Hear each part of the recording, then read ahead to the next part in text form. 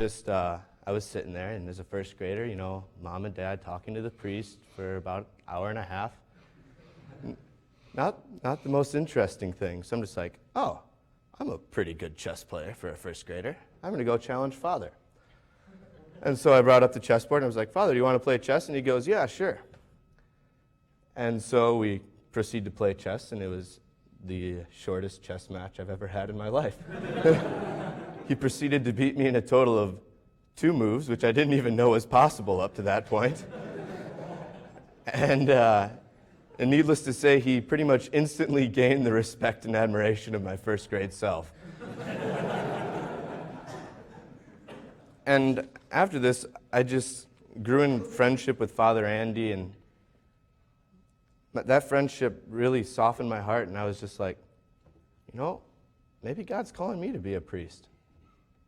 And this desire just kind of started to grow, and it continued up until 8th grade. And then our priest at that time, Father Jeremy, took the boys in my class up to visit the seminary here.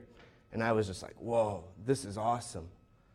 And I just saw how wonderful and beautiful everything here was, and the men that were here. And then I came to high school. And I remember one day I was sitting up in my deer stand with my bow in my hands, and I prayed to God. God,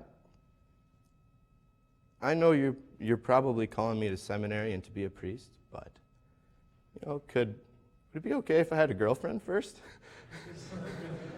And if it is your will that I could have a girlfriend first, could you make it happen in the next 2 weeks? And in the next 2 weeks, I had a girlfriend. And we dated for about a year, and in that time, I just slowly started to push the idea of seminary out of my mind. But towards the end, I was just, something wasn't right. Something was missing. And so I went on a retreat with our youth group to Broomtree. And while I was in prayer there, I asked God, what's going on? And I'm just like, oh my gosh, you want me to go to seminary?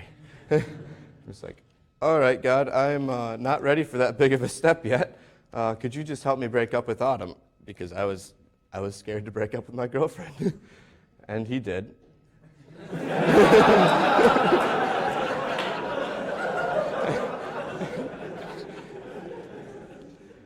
And I'd like to say that it was smooth sailing after that. But me and my stubbornness and hardness of heart, the next 2 years just kind of consisted of a big pendulum swinging back and forth of times that I'd say, yeah, I'm going to go to seminary, and times like, I don't think that's for me. And I just kept trying to push it away, and God kept trying to bring it back into my life. I went on Vianney visits, and even there I was just like, whoa.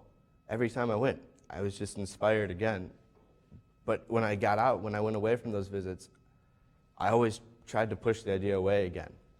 And this just led me to be in utter desolation at the end of my senior year of high school. And come about March, I was once again on the retreat at Broomtree with my youth group. And I was sitting there in prayer, and I just prayed to God,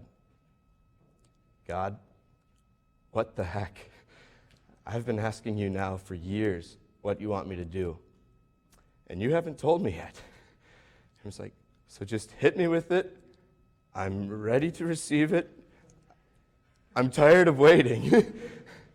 And I distinctly remember him saying to me, I don't have to answer questions you know the answers to. And I was just like, it was just sitting there. I was just like, we were in holy hour, so I couldn't say this out loud. And so through gritted teeth in my mind, I was saying this through gritted teeth in my mind, fine. I will go to the seminary. And the moment I said it, just this huge wave of peace came over me. And everything that I was feeling, the frustration, the anger, the feeling that I had no idea what God was planning for my life, completely turned 180 degrees around. I was at total peace, I was happy, and I knew what God wanted me to do. And even though I had said it reluctantly at that point, it was the one time I truly died to myself and said, God, I'll do what you want me to do.